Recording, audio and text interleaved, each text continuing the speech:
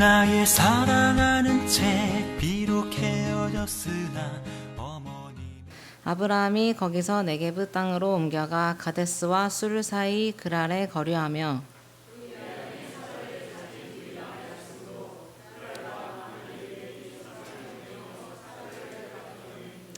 그 밤에 하나님이 아비멜렉에게 현몽하시고 그에게 이르시되 내가 데려간 이 여인으로 말미암아 내가 죽으리니 그는 남편이 있는 여자임이라.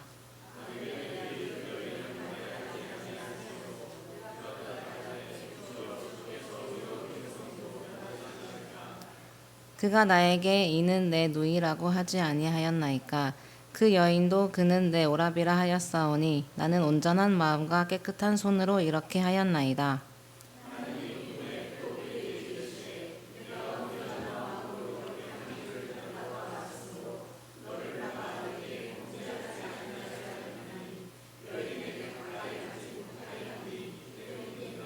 네, 함께요. 이제 그 사람의 아내를 돌려보내라. 그는 선지자라. 그가 너를 위하여 기도하리니 내가 살려니와 네가 돌려보내지 아니하면 너와 내게 속한 자가 다 반드시 죽을 줄 알지니라. 아멘. 한 어르신이 얼마 전 환갑 잔치를 치른 친구분을 만났습니다. 그런데 갑자기 이제 인사를 하려고 하니까는 환갑이라는 말이 이렇게 막 갑자기 생각이 안 나서 막 머리가 갑자기 혼동돼가지고 육순과 환갑을 합쳐서 이렇게 말합니다. 이 친구 육갑 잔치 잘 치렀나? 그랬다. 예. 환갑이 육갑이 돼버려. 자, 우리는 인생을 살아가면서 크고 작은 실수를 잘합니다. 자, 안타까운 것은요, 같은 실수를 반복하고 또 반복한다라고 하는 것이죠. 그래서 한때 인간의 욕심은 끝이 없어서 같은 실수를 반복한다라는 말이 유행처럼 회자되곤 했습니다. 자, 이것을 그 경제 용어로 하면은 화이트 스완이라고 말한다고 합니다. 미국의 누리엘 루비니라고 하는 경제학자가 만든 용어다라고 하는데요. 한 번 실수를 저질렀음에도 불구하고 그냥 늘 그냥 그렇게 그냥 구태의연하게 그리고 나태하게 적절한 대책을 세우지 못하고 똑같은 실수를 늘 반복하는 것을 경제 용어로 화이트 스완이라고 합니다. 그러니까는 뭐 충분히 똑같은 어려운 리스크가 있을 것이 반복될 것이 예상되었음에도 불구하고 적절한 대책을 세우지 못해 같은 일을 또 당하는 것입니다. 반면 블랙스완이라는 용어는 전혀 예측할 수 없는 돌발적인 위기 상황을 말하는 경제 용어다라고도 합니다. 자, 우리는 똑같은 실수를 되풀이하게 되는 아브라함을 오늘 말씀을 통해서 보게 됩니다. 우리는 이러한 아브라함을 보면서 한편으로는 위로를 받습니다. 야, 아브라함도 우리처럼 연약한 인간이구나. 뭐 그런 것이죠. 그리고 더 큰 위로는 그럼에도 불구하고 이러한 아브라함의 연약함과 실수 가운데서도 하나님은 그를 일으켜 세우신다라는 사실입니다. 오늘 우리는 거듭되는 아브라함의 실수에도 그를 위대한 믿음의 사람으로 만드시는 하나님의 섭리를 깨달을 수 있습니다. 자, 오늘 우리가 읽은 본문 창세기 20장 1절 말씀을 다시 한번 읽어보시기 바랍니다. 1절 말씀 다시 한번 읽습니다. 아브라함이 거기서 네게브 땅으로 옮겨가 가데스와 술 사이 그랄에 거류하며. 아멘. 자, 소돔과 고모라가 멸망한 후 아브라함은 20년 이상을 거주하던 헤브론 땅에서 옮겨 그랄 땅으로 이주합니다. 자, 왜 아브라함이 그랄 땅으로 갑자기 이렇게 이주를 하였을까요? 아마도 추정하기는 소돔과 고모라의 멸망 때문일 것이다 라고 생각됩니다. 자, 성경에 보시는 대로요, 소돔과 고모라가 멸망할 때 하늘에서 불과 유황이 비오듯 내렸습니다. 이 일로 사해 남부는 그야말로 폐허가 되고 도저히 사람이 살 수 없을 정도의 환경 파괴가 일어났을 것이다 라고 하는 것이죠. 마치 오늘날 뭐 일본의 그 원자력 발전소가 뭐 사고가 나서 방사능이 퍼져 사람이 더 이상 살 수 없게 된 것처럼 그렇게 하늘에서 유황불이 내려서 소돔과 고모라 성은 물론이거니와 그 일대의 모든 지역에 사람이 더 이상 살 수 없는 그러한 상황이 됐다는 것이죠. 그래서 여러분 오늘날도 사해바다에 가보시면 몸이 저절로 뜨게 됩니다. 왜 그래요? 사해바다는 일반 바다보다 염도가 5배 이상 높기도 하거니와 그 안에 유황과 질산의 중금속이 다량 포함되어 있기 때문에 그렇다라고 합니다. 소돔과 고모라 때 하늘에서 내린 그 유황이 지금도 여전히 사해바다에 그대로 녹아있기 때문이 아닌가라고 하는 것입니다. 자, 아브라함 당시에는 더더욱 심했을 것입니다. 도저히 사람들이 살 수 없는 상황이 되고 말았습니다. 그래서 그 일대 사람들은 난민이 되어 요단강을 건너왔을 것입니다. 이렇게 대량의 이주민이 생기면 연쇄적인 인구 이동이 일어날 수밖에 없습니다. 수많은 이주민들로 인해서 본래 그 땅에 살던 사람들도 더 이상 살아가기 힘든 상황이 되고 다른 곳으로 이주하게 됩니다. 그렇게 연쇄 이동이 일어났고 아브라함도 이제 헤브론을 떠나서 그랄 땅으로 이동하게 되었다라는 것입니다. 자, 그런데 그랄 땅에서 무슨 일을 겪습니까? 자, 오늘 본문 2절 말씀 보십시오. 2절 같이 있습니다. 그의 아내 사라를 자기 누이라 하였으므로 그랄 왕 아비멜렉이 사람을 보내어 사라를 데려갔더니. 아멘. 자, 아브라함은 25년 전에 똑같은 실수를 반복하고 있는 것을 봅니다. 그는 애굽 왕 바로에게 사라를 누이라고 속였던 것처럼 그랄 왕 아비멜렉에게 사라를 누이라고 속이고 있습니다. 그래서 그랄 왕 아비멜렉은 사라를 그의 아내로 맞이하게 됩니다. 여러분, 실제로 사라는요 아브라함의 아내이면서도 이복 누이이기도 합니다. 그러니까는 사라는 아브라함의 아버지 데라의 딸로서 아브라함과는 어머니가 다른 배다른 동생이었다라는 것입니다. 고대에는 이렇게 배다른 동생과 결혼하는 것이 굉장히 일반적인 그런 흔한 일이기도 했습니다. 이렇게 사라가 실제 누이이기도 하지만 또한 아내라는 진실을 은폐하려고 한 아브라함의 잘못이 정당화될 수는 없습니다. 자, 그런데 여기서 한 가지 궁금한 게 있습니다. 도대체 그랄 왕 아비멜렉이라는 사람은 어떻게 된 사람이길래 아무리 사라가 이뻤다라고 해도 90살이나 된 노인을 아내로 맞이했을까라고 하는 것입니다. 도대체 어떻게 그럴 수 있었을까? 자, 애굽 왕 바로가 사라를 아내로 맞이했을 때는 그나마 사라가 60대였습니다. 제가 세계 최상수 부족인 훈자족의 예를 들어 설명한 적이 있죠. 60대가 오늘날 나이로 치면은 많은 건 아니지만은 훈자족의 그 예를 들어봤을 때 그들은 40대에도 10대 소녀와 같은 미모를 가지고 있었다라고 했습니다. 그러니까는 고대의 60대 사라의 미모에 애굽 왕 바로가 반해서 그녀를 아내로 맞이하는 것이 그렇게 전혀 터무니없는 얘기도 아니다라는 것입니다. 자, 그런데 90세 사라를 아내로 맞이했다? 이건 사실 도저히 이해가 안 됩니다. 다행인지 오늘 말씀해 보면 미모 때문에 아내를 맞이했다라는 말씀은 없습니다. 그러니까는 미모 때문에 사라가 예뻐서 90세나 되었음에도 불구하고 아내를 맞이한 것 같지는 않습니다. 그렇다면 도대체 아비멜렉은 왜 90세가 된 이 여인을 아내로 맞이했겠습니까? 아마도 아비멜렉은 정략적인 이유에서 사라를 아내로 맞이했을 것입니다. 우리가 솔로몬의 예에서 보듯이 고대 사회에서 결혼은 동맹을 맺는 가장 중요한 수단입니다. 솔로몬은 그래서 후궁이 700이고 첩이 300명이었습니다. 그러니까는 1000명이나 되는 아내가 있었습니다. 얼굴이나 제대로 알았겠습니까? 이름을 모르는 사람들도 허다했을 것입니다. 1000명의 아내가 되면 아유, 힘들어서 어떻게 살아? 자, 왜 이렇게 아내가 많아요? 고대에는 힘이 센 왕은 주위의 여러 나라 부족들과 정략 결혼을 해서 동맹을 맺습니다. 그래서 주위의 부족들과 연합하게 되는 것입니다. 당시 아브라함은 가나안 땅에서 꽤 유명 인사가 되어 있었습니다. 아브라함은 이미 그돌라오멜이라고 하는 북방 연합군을 물리친 전과가 있습니다. 그로 인해서 아브라함의 명성은 높아졌고 그랄 왕 아비멜렉은 아브라함과 동맹을 맺는 것이 유리하다라고 판단을 했을 것입니다. 그래서 아브라함의 아내 사라를 누이로 알고 정략적인 결혼 관계를 맺은 것입니다. 그것 말고는 90세가 된 여인을 아내로 데려간 것이 설명이 안 됩니다. 자, 그래서 4절 말씀해 보시면 아비멜렉은 사라와 결혼하기는 하였지만 사라를 가까이 하지는 않습니다. 정략적인 결혼인지라 그저 형식적으로만 부부 사이가 되었다라고 하는 것입니다. 자, 그런데 하나님의 편에서 보면은 일이 굉장히 꼬이고 말았습니다. 내년 이맘때 이삭이 태어날 텐데 자칫 이삭이 아브라함의 자식이 아닌 아비멜렉의 자식이라고 오해가 생길 수 있는 그런 상황이 되었습니다. 그래서 하나님은 아비멜렉의 꿈에 나타나 이 문제를 해결해 주십니다. 자, 오늘 본문 7절을 보시기 바랍니다. 7절 말씀 같이 읽겠습니다.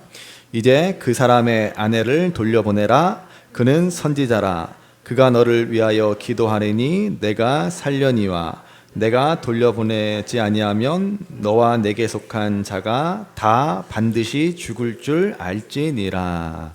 아멘. 자, 하나님은 사라를 돌려보내라고 하시면서 아브라함은 선지자다라고 말씀합니다. 예. 도대체 아브라함이 뭘 했다고 선지자입니까, 여러분? 예. 선지자는 히브리어로 나비라고 하는데요, 대언자, 예언자, 선견자라고도 번역되는 단어입니다. 예.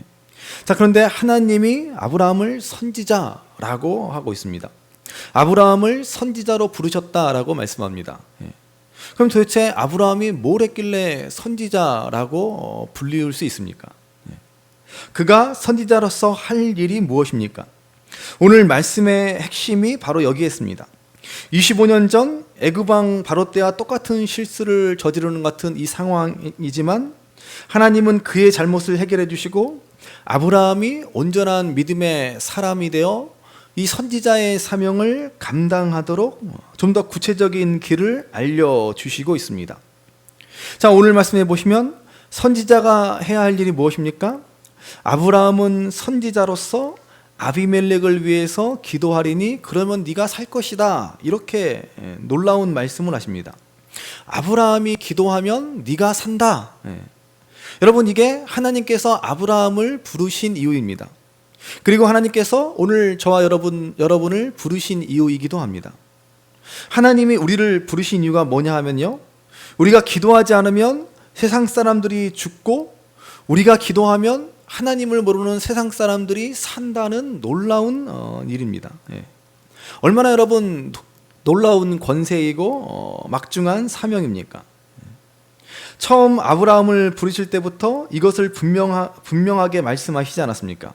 자, 우리 창세기 12장 3절 말씀을 한번 같이 읽어보시겠습니다. 창세기 12장 3절 같이 읽습니다. 너를 축복하는 자에게는 내가 복을 내리고 너를 저주하는 자에게는 내가 저주하리니 땅의 모든 족속이 너로 말미암아 복을 얻을 것이라 하신지라.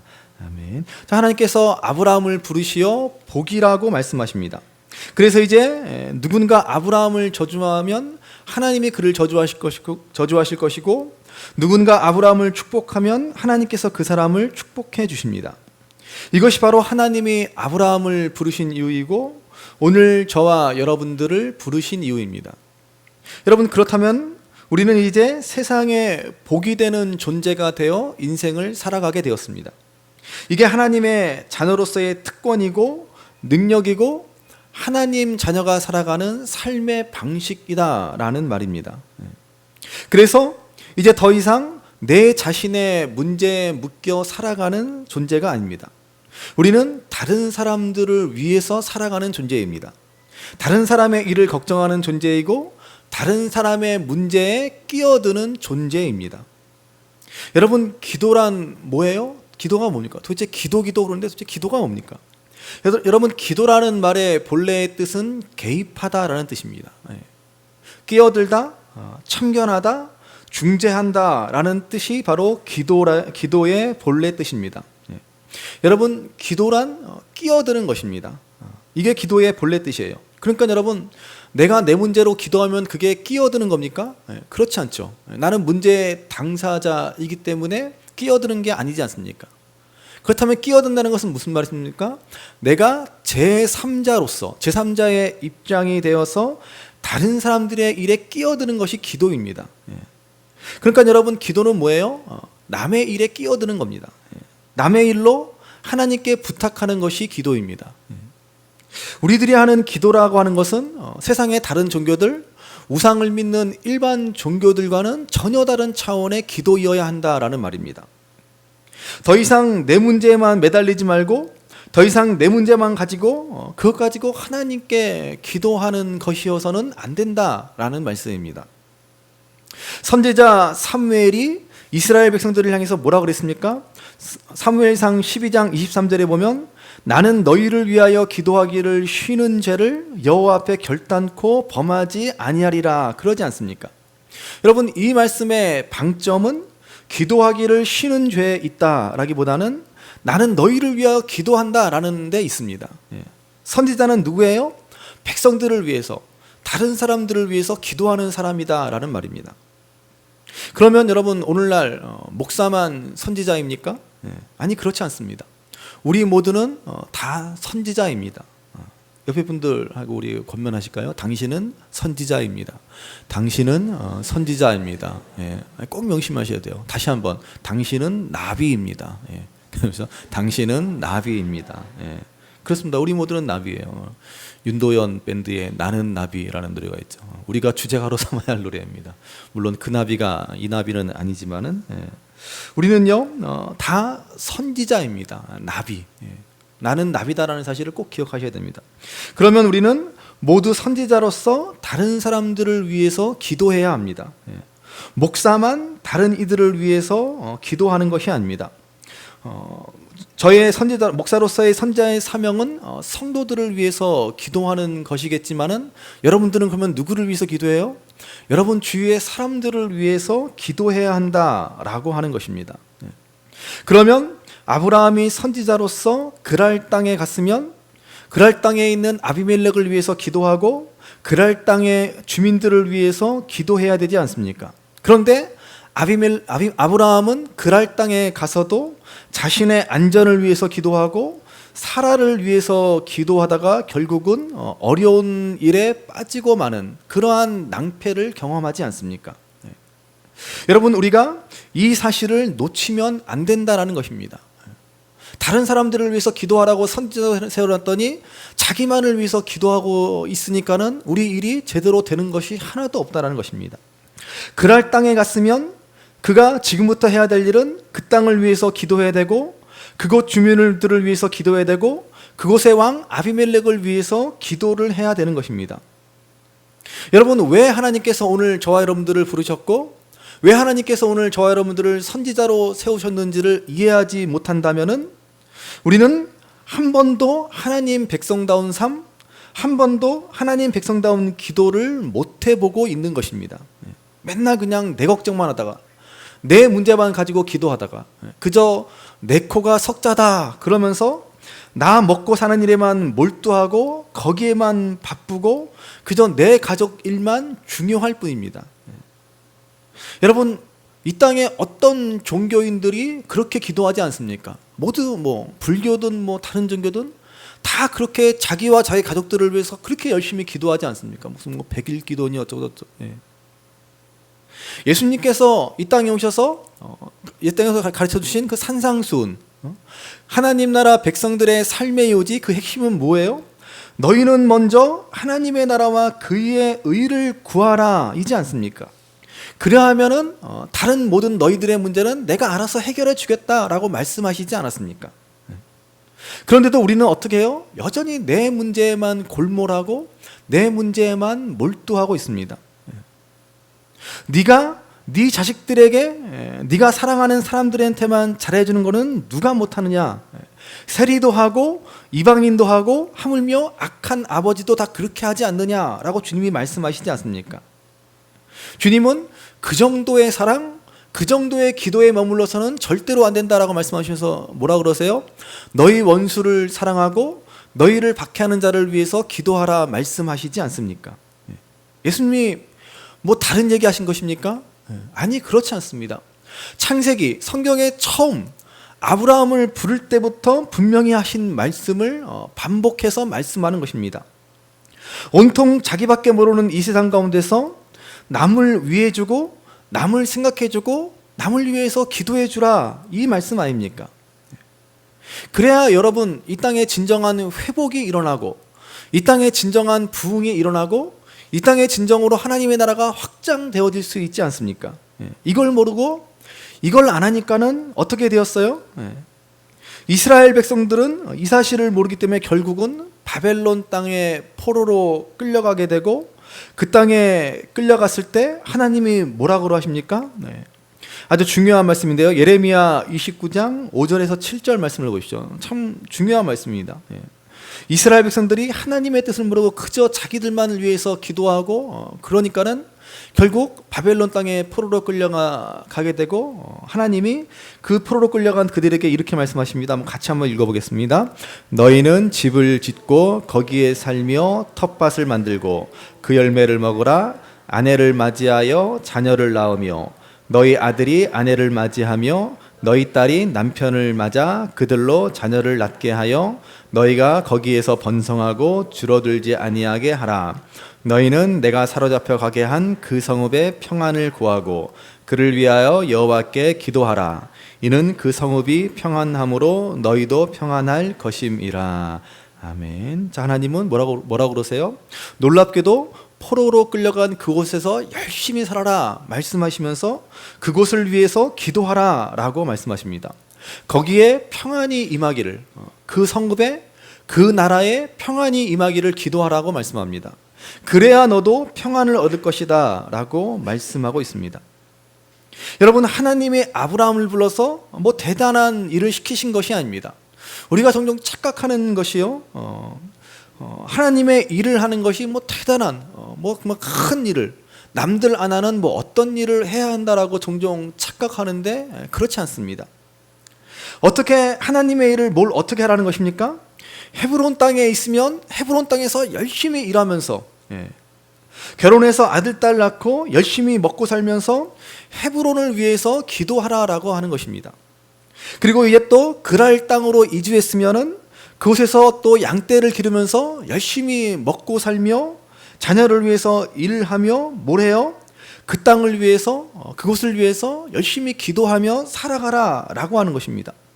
여러분, 이게 바로 하나님이 우리에게 원하시는 일이고 이게 바로 우리가 믿음으로 살아가는 것이고 이게 바로 우리가 선지자의 사명을 감당하는 일이다라는 것입니다.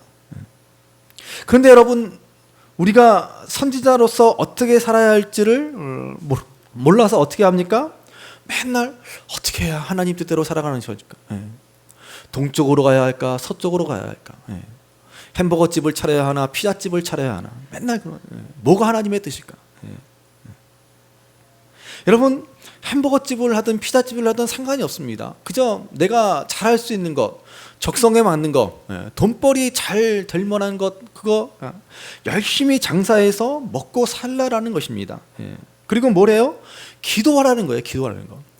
내가 있는 그 일터에서 나와 함께 일하는 직장 동료들을 위해서, 내 가게에 찾아오는 손님들을 위해서 그 기도하라는 겁니다. 내가 있는 그곳을 위해서 기도하라는 거예요. 그게 우리가 하나님의 일을 하는 것이고 믿음으로써 선지자로서의 사명을 감당하며 살아가는 것입니다. 직장에서도 마찬가지입니다. 열심히 직장에서 일하고 직장에 같이 일하는 직장 상사, 직장 동료, 그리고 직장을 위해서, 그 회사를 위해서 기도하라는 것입니다. 여러분, 자기 회사를 위해서 기도해 보신 분 있습니까? 물론 자영업을 하시는 분이나 사업을 하시는 분은 자기 회사를 위해서 기도하셨겠죠. 그러나 월급쟁이로, 셀러리맨으로 직장 다니면서 자기 회사를 위해서 기도해 보신 분 계십니까? 자기 회사 사장님을 위해서 기도해 보신 분 있으세요? 그래야 된다라고 하는 겁니다. 일반 직장인들도 자기 회사를 위해서, 자기 가정뿐만 아니라 자기 일터를 위해서, 자기 회사를 위해서 기도하라는 것입니다. 여러분, 신앙생활이라는 게요, 그저 맨날 그냥 교회당에만 모여서 그냥 여기가 좋사오니 그러면서 그냥 우리 교회만, 우리 교회만을 위해서 기도하라는 게 아닙니다. 물론 우리 교회를 위해서도 기도는 해야 되겠죠. 그런데 맨날 모여서 그냥 우리 교회만을 위해서 기도하니까 어떻게 돼요? 맨날 우리 교회를 위해서 기도하니까는 저기 분당에 있는 분당 우리 교회만 잘 된다 그러잖아요. 맨날 그냥 우리 교회를 농담. 여러분, 우리 기독교인이란 누굽니까? 구원받은 하나님의 백성이에요. 여러분, 근데 우리가 구원받은 하나님의 백성이라는 사실이 무슨 의미인지를 잘 아셔야 돼요. 좁은 의미로는 뭡니까? 좁은 의미로는 구원이라고 하는 것은 이 다음에 우리가 죽어서 천국에 들어가 영생을 얻게 되었다라고 하는 것이죠. 그건 아주 좁은 의미입니다. 그걸 전부로 알고 있는 분들이 계신데 그건 착각입니다. 그건 아주 좁은 의미예요. 구원받은 하나님의 백성이란 구원이라는 것은 무엇입니까? 넓은 의미에서 나에게 해방된 사람, 나에게 벗어난 사람이 구원받은 사람이라는 거예요. 나를 위한 걱정에 더 이상 사로잡혀 살지 않고 나에게 나라는 감옥에서 풀려난 사람이 구원받은 사람입니다. 나를 축복하는 사람을 하나님이 축복하시고 나를 대적하는 사람을 하나님이 대적해 주시는데 뭐 걱정할 게 있습니까?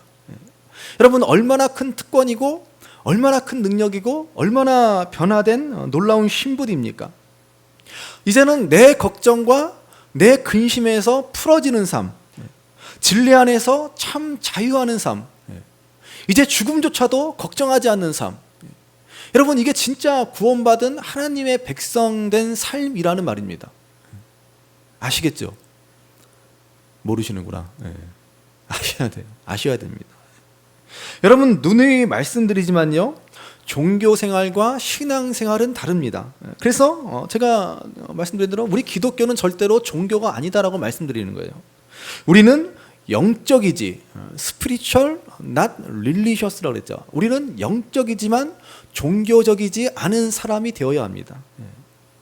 그러면 우리 기도부터가 달라져야 합니다. 더 이상 내 문제에 사로잡혀서 내 문제만 가지고 내 걱정에 사로잡혀 그 문제로 기도하고 그 문제에만 사로잡혀 살지 않습니다. 그렇게 살아가는 건 뭐예요? 바로 사탄의 전략입니다. 내 문제에 묶여 있도록 하고 그저 내 기도에 함몰되어 살아가도록 하는 것, 내 가족을 위한 기도에 꽁꽁 묶여 있도록 만들어버리는 것, 그것은 여러분 사탄의 전략입니다. 아셔야 돼요. 분별하셔야 됩니다. 처음 아브라함을 부르실 때부터 분명히 이렇게 알려주셨는데 왜 내 문제에 사로잡혀 살아갑니까? 여러분, 우리가 두려워하지 않으면 사탄이 무슨 힘을 쓸 수가 있습니까? 그런데 우리는 내 문제에 사로잡혀서 두려워하니까는 사탄의 영향력에서 벗어나지 못하고 있는 건 아닙니까? 그러므로 여러분, 우리 신앙이 무슨 대단한 다른 길이 있다라고 착각하지 마시기 바랍니다. 저는 지금까지 부목사로 있으면서 별의별 사람들을 다 만나봤습니다. 특별히 뭐 대단한 신앙의 길을 찾는다고 하는 사람들도 아주 많이 만나봤어요. 그래서 어떤 분은 뭐 성경을 9권을 놓고 읽는데요. 뭐 우리가 갖고 있는 개역개정뿐만 아니라 뭐 공동번역, 새번역, 뭐 쉬운 번역, 심지어 NIV 영어 성경까지 9권을 쭉 놓고 그걸 읽는다는 거예요.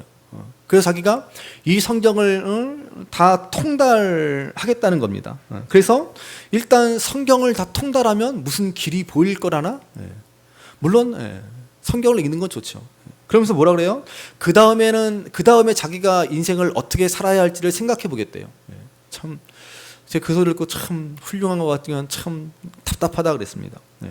여러분, 참 죄송한 말씀이지만요, 그런 분들을 보면은 특징이 있습니다. 무슨 특징이냐면은 그런 분들은 현실을 부정합니다. 현실 자각에 대한 능력이 없어요. 현재 자기가 하는 일에 대한 열심도 없고 사명도 없고 맨날 뜬구름 잡는 이야기만 하고 있습니다. 내가 이렇게 사는 게 아닌데. 아니요, 그렇지 않습니다. 그렇게 사는 거예요. 지금 자기가 있는 현실에 두 발을 딛고 열심히 살아가라는 겁니다. 그리고 기도하라는 거예요. 그런데 그냥 현실은 있고 그냥 뭐 성경만 뭐 9권 놓고 성경만 읽으면 뭐합니까? 여러분, 신앙생활이라고 하는 것은 절대로 그런 것이 아닙니다. 뭔가 대단히 다르고 특별한 길이 있다라고 착각하지 마시기 바랍니다. 오늘 주어진 내 현실에 최선을 다해 살아가면서 내가 있는 곳을 위해서 기도하면서 살아가는 겁니다.